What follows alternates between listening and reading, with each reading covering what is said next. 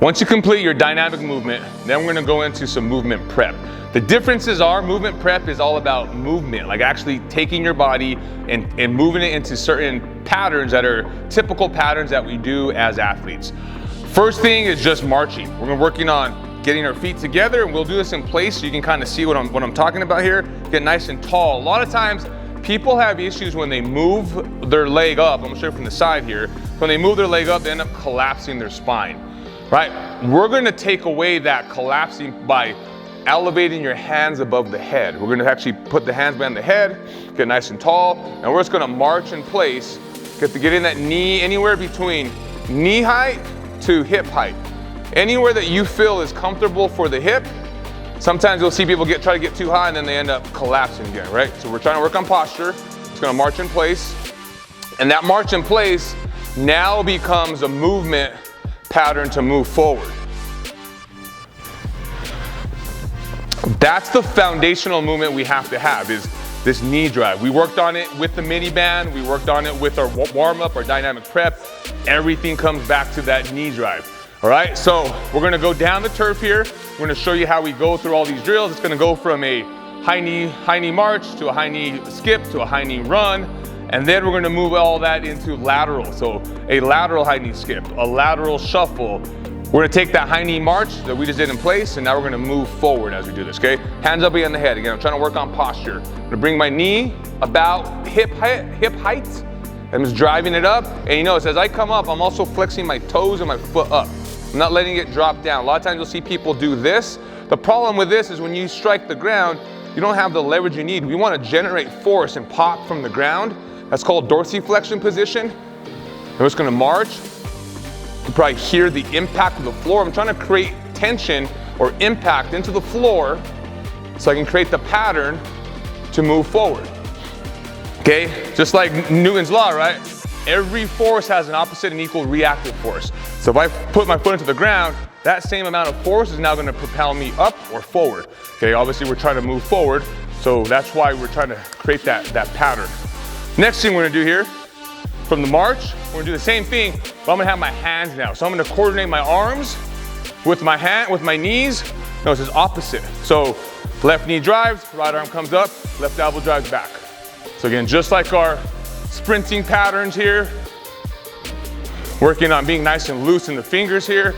Notice I'm not clenching my fists, I'm just marching. All right, now that leads into a high knee skip, okay? We're gonna do the same thing with the arms. We're gonna keep that elbow driving back.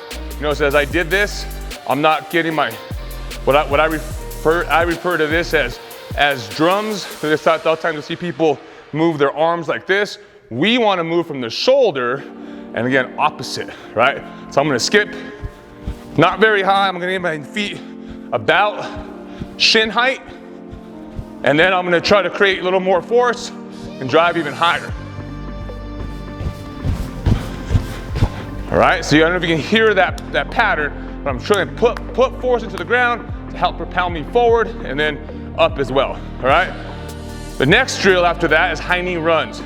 So, again, be very conscious of your arms, because this is something I do see a lot. I see people doing this. I call it the puppeteer, because they're trying to pull their knees up with the same hand, which isn't an actual natural position we do, right? It's opposite. So this lat engages with this opposite glute. Pop, pop. So we're gonna go forward with this. We're gonna do high knee runs now. I'm not gonna work, I'm gonna transition. I'm gonna go from a small step, about shin height, to ankle height, to shin height, to knee height, right as I move forward. You'll see. So it's small, it's ankle, I'm trying to get off the ground quick, and then I'm going a little higher, shin, and then I'm going knee. All right, so the goal is get the feet off the ground quick. Hit the ground, use the ground as that reactive. It's just like a rubber band, right? So this rubber band force is called the stretch shortening cycle, right? That's what we're trying to do. We're trying to get your muscles to fire like they used to fire when you were 10, 12, 18 years old, right? When you were an athlete in high school, we're doing the same thing. We're trying to get those things to work. Again, take your time to do this. It's not gonna happen overnight. I've been doing this for a long time, so that's why I can move how I move. It takes some time, but I do promise this, that if you do this consistently over the course of a few weeks, a few months, a few years, you see your whole body, your whole movement quality completely change, and hopefully that carries you on forward to your 70s, 80s, 90s, right? I really want to see that happen. I want to see you live a life beyond the gym walls that's just more impactful. So we're moving on after that. The next thing is, after we do the high knee runs, so we did the whole series, right? We did a march, we did a skip, we did a run. Now we're gonna start moving laterally. This is where people get a little bit tricked up in their mind because they haven't moved to the side yet. So we're just gonna start the same way. We're gonna march, just sideways or lateral. You notice I'm not crossing my feet. I'm bringing my knees up and I'm using my left leg to push me to the right. Now I'm gonna switch it up, using my right leg to push me to the left. Not crossing my feet, keeping my arms going in that opposite pattern. That's gonna later lead now to this skip. So I'm gonna add a little skip, little pop. Sometimes people have a lot of trouble with this. They end up trying to cross their foot over. So what I do, I keep them in place and I'll just have them move side to side. I'll show you what I mean. We go here, here. So it's like a little pattern, right? They kind of feel like, okay, I know what it feels like to push. Now we add a little skip. Pop, pop, pop. Once they get the patterns down, it becomes a little easier. And now I'm gonna start moving to the left, to the right. Pushing off my left leg. Same thing going back.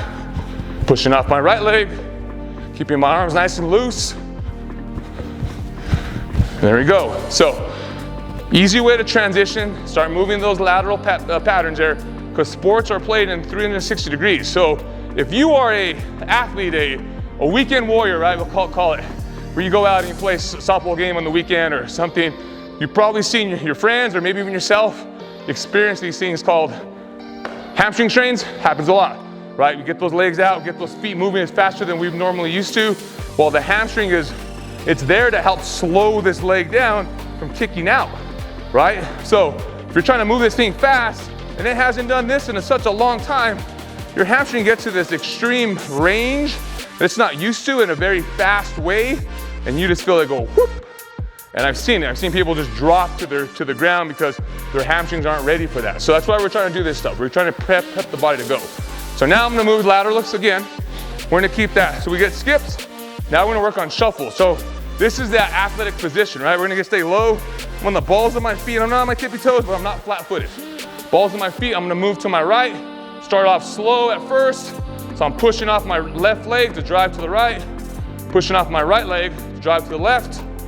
Now, we're gonna start doing that with a little bit of speed, a little bit of force, and back. All right? I didn't cross over, just trying to work on the pattern, work on the movement. The next one after that is a karaoke. You've probably seen this a million times. You probably did this in high school, right? I know I did. Been doing this exercise probably for 25 years now. So, it's just a crossover. But it's a crossover with an intentional drive. So if I'm gonna run, right, I'm gonna cross over. That's what we're trying to prep for.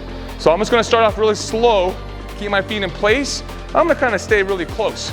So like this, really close, just get my feet moving. And then I'll start to add a little bit of knee drive. I'm gonna cross over, same thing going back. I'll start slow, and then I'm gonna add that knee drive, crossover, crossover. All right, so that's the goal, is get you to move fast, get those feet to stay on the ground very minimally, but anytime they hit the ground is to produce force. All right, we're gonna jump into our neuromuscular prep, meaning we're gonna get your hand-eye coordination going.